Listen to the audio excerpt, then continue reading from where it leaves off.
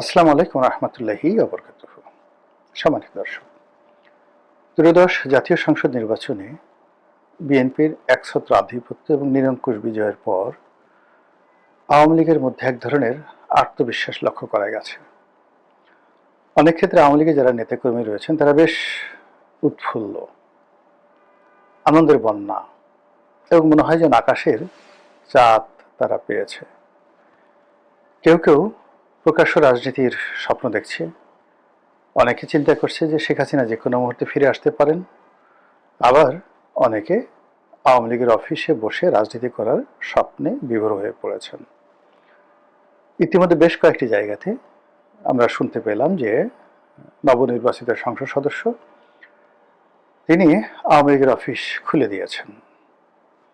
আবার এই শুনলাম যে কোনো কোনো অফিসে আবার আওয়ামী লীগের নেতাকর্মীরা স্বপ্রণোদিত হয়ে তারা জাতীয় পতাকা উত্তোলন করেছে।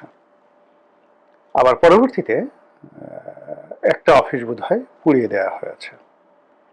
তো এখানে দেখুন যে নির্বাচনের সময় নিঃসন্দেহে এমন কিছু ঘটনা ঘটেছে আওয়ামী লীগের মধ্যে এবং বিএনপির মধ্যে, যার কারণে বিএনপির নেতাকর্মীরা বিপুল সংখ্যক আওয়ামী লীগের ভোটারদের ভোট তারা লাভ করেছে এবং প্রায় সব নির্বাচনী এলাকাতে যারা বিএনপির প্রার্থী ছিলেন তারা আওয়ামী লীগ ভোটার, আওয়ামী লীগের রাজনীতি থেকে শুরু করে আওয়ামী লীগ ব্যাপারে বড় বড় ইতিবাচক কথা বলেছেন।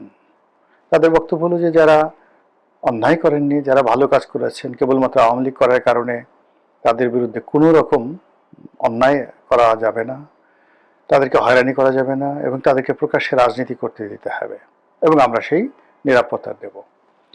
কোনো কোনো এলাকাতে সংসদ সদস্য যারা প্রার্থী তারা আওয়ামী লীগকে নিজেদের কাছে নিয়ে নিয়েছেন এবং আওয়ামী লীগের নিরাপত্তা দেওয়ার ব্যাপারে তারা দৃঢ়তা প্রদর্শন করেছেন, আওয়ামী লীগের জিম্মা নিয়েছেন।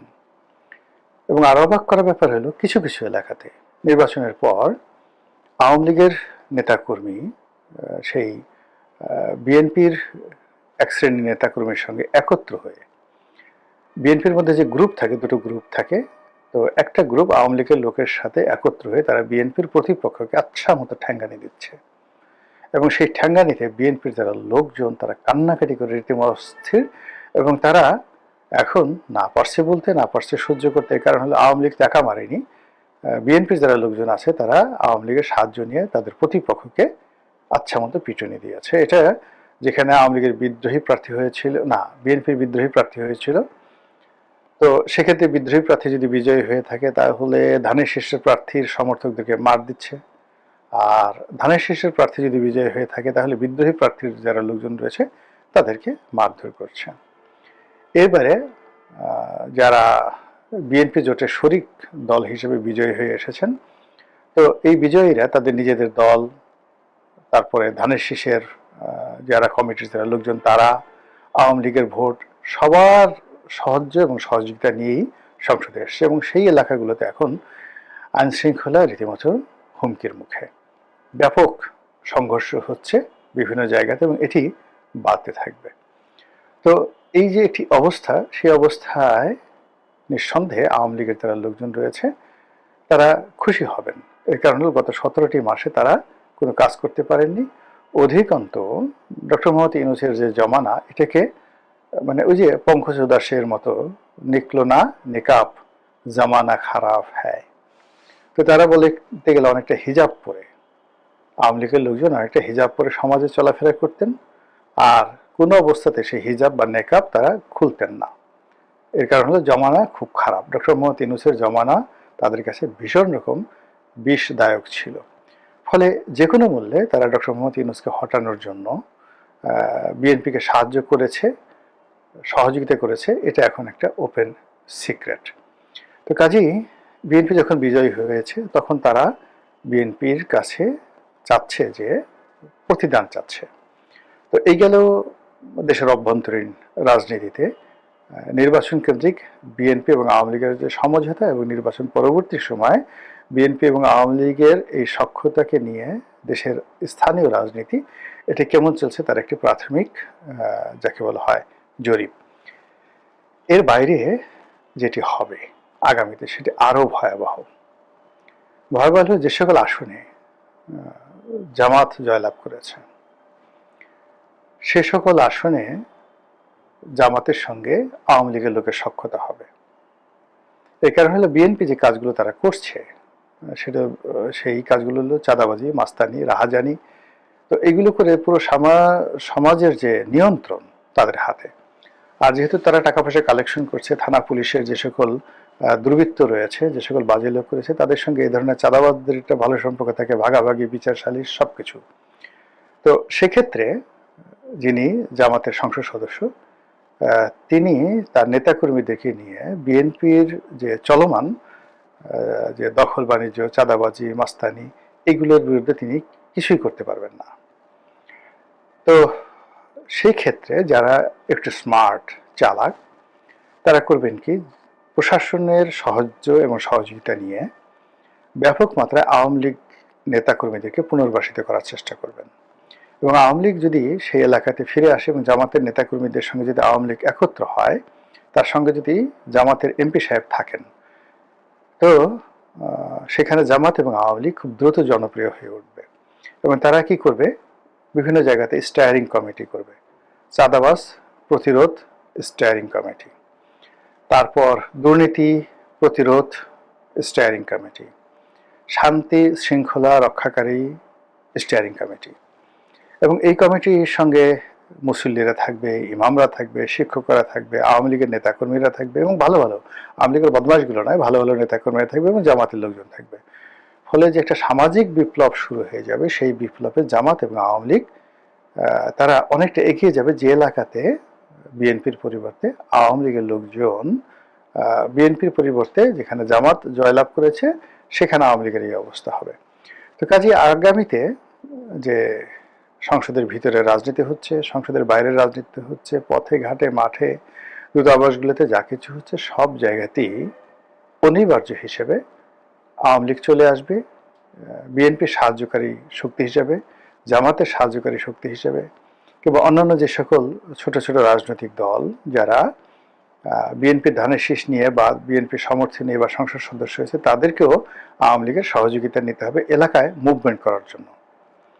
এর কারণ হলো যে বিএনপি এখন যে সুযোগগুলো ভোগ করছে গত 17 মাসে, যেটা কন্টিনিউ আছে, এটা তারা জীবনে কোনো অবস্থাতে ছাড়বে না। এমনকি তাদের যদি জেলে যেতে হয়, তাদের বিরুদ্ধে যদি সে আবার অপারেশন ক্লিন হার্ট পরিচালিত হয়, তবু তারা এই কাজ থেকে সহজে বিরত হবে না। এর কারণ হলো এগুলো নগদ ধান্দা পানির ব্যাপার, মাল পানির ব্যাপার। এক একটি এলাকাতে, যেমন কারণ বাজার এলাকাতে শোনা কথা, ডেলি কয়েকশো কোটি টাকার, আল্লাহ মাফ করুক, আমি 1 কোটি টাকাও একসাথে দেখিনি কখনো।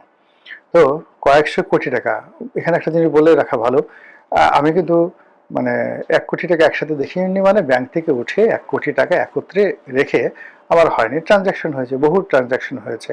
হয়তো আমার সহায় সম্পত্তি বিক্রি করলে বা একত্রে করলে কয়েক শত কোটি টাকা হবে। আল্লাহ আমাকে সেই এমপি হওয়ার অনেক আগে, আজ থেকে 25 বছর আগে, সেই 100 কোটি টাকার মালিক করেছেন। তো মানে আমি বললাম এই অর্থে যে মানে একত্রে সেই টাকাগুলো টেবিলে রেখে গোনা, জমা করা, এটা আমার জীবনে কখনো হয়নি। আসছে, খরচ করেছি, ইনভেস্ট করেছি, সেভাবে চলেছে। এনিওয়ে, তো যেটা বললাম যে যারা দুর্নীতি করে, তো তাদের কাছে তো অনেকের এই দুর্নীতির টাকা রাখার জন্য বড় বড় সিন্দুক থাকে। 1 কোটি টাকা যদি আপনার কাছে থাকে, 1000 টাকার বান্ডেল যদি হয়, তাহলে কতগুলো বান্ডেল লাগে? 100টা বান্ডেল লাগে 1 কোটি। যদি 100 কোটি হয় তাহলে কতগুলো বান্ডেল লাগে, কতগুলো ট্রাঙ্ক লাগে, কতগুলো যাকে বলা সিন্দুক লাগে। এবং এই ধরনের মানে 100 কোটি টাকা কারণ বাজার থেকে যদি কেউ বহন করে নিতে হয়, তাহলে তো তার একটা রীতিমতো পিক আপ লাগবে। তো এটাই আমি বলছিলাম যে এই যে এত টাকার যে লেনদেন, এটা তো কারো ঝাড় ফুঁক কিংবা কারো ধরেন নীতি কথা, এতে কেউ বন্ধ করবে না। টাকার আনন্দ, টাকার লোভ, টাকার লালসা, টাকার মায়া, টাকার মোহ এত নির্মম, এত নিষ্ঠুর যে টাকার জন্য অনেকে দেশ বিক্রি করে, টাকার জন্য অনেকে নিজের মাকে বিক্রি করে দেয়, স্ত্রীকে বিক্রি করে দেয়, কন্যাকে বিক্রি করে দেয়, টাকার জন্য নিজের কিডনি বিক্রি করে দেয়, নিজের চোখ বিক্রি করে দেয়, হার্টের বাল্ব বিক্রি করে দেয়। এই হলো টাকা।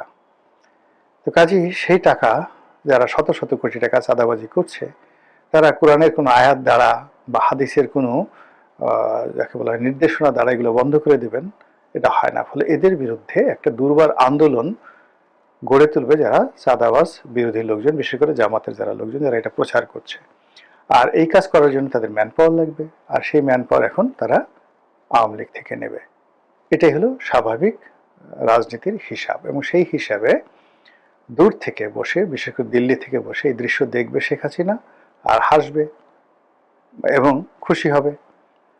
এবং তিনি যদি টুস করে ফুস করে নিজের ইচ্ছায় হোক, সরকারের ইচ্ছায় হোক, জামাতের ইচ্ছায় হোক, তারেক জিয়ার ইচ্ছায় হোক, নরেন্দ্র মোদীর ইচ্ছায় হোক, অলনে ছাড়েন, কোনো একদিন হঠাৎ করে যদি আপনি দেখেন তীরপুরে দিয়ে সোজা কুমিল্লা টুস করে ঢুকে গেছে, অথবা মেহেরপুর বৈদ্যনাথ তলা থেকে মানে ওখান দিয়ে ঢুকে গেছে, অথবা চাঁপাই নবাবগঞ্জ দিয়ে ঢুকে গেছে, এটা বা ওই শিলিগুড়ি দিয়ে ঢুকে গেছে, রংপুর দিনাজপুর দিয়ে, ওখানে তো তার দিনাজপুরের যে ওই এলাকার তো তার স্বামীর বাড়ি, ডক্টর মোহাম্মদ ওয়াজেদ সাহেবের বাড়ি, তো তিনি সেখান থেকে ঢুকে গেছেন। এরকম একটা পরিস্থিতি যদি তৈরি হয়ে যায়, তখন কি বলবেন বলেন? মহান আল্লাহ আমাদের সবাইকে হেদায়েত দান করুন এবং হেফাজত করুন। আসসালামু আলাইকুম ওয়া রাহমাতুল্লাহি ওয়া বারাকাতুহু।